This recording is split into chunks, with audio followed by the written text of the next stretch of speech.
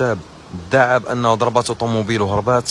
فاش جاو عنده الوقايه المدنيه جابوه للمستشفى الحسني، لقاو عنده المخدرات زائد مبالغ ماليه زائد القرطاس الاخوان، زائد القرطاس.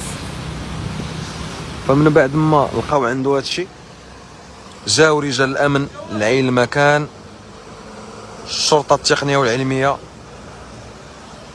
عناصر الشرطه القضائيه والدائره الامنيه التابعه لهذه المنطقه.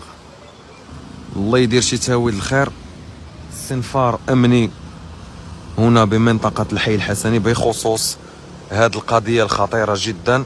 يعني كيفاش هذا الشخص جاب هذا القرطاس، منين جاب القرطاس، كيفاش حتى وصل عنده القرطاس، وشنا هما الحيثيات ديال هذه الحادثه الوهميه اللي كيدعي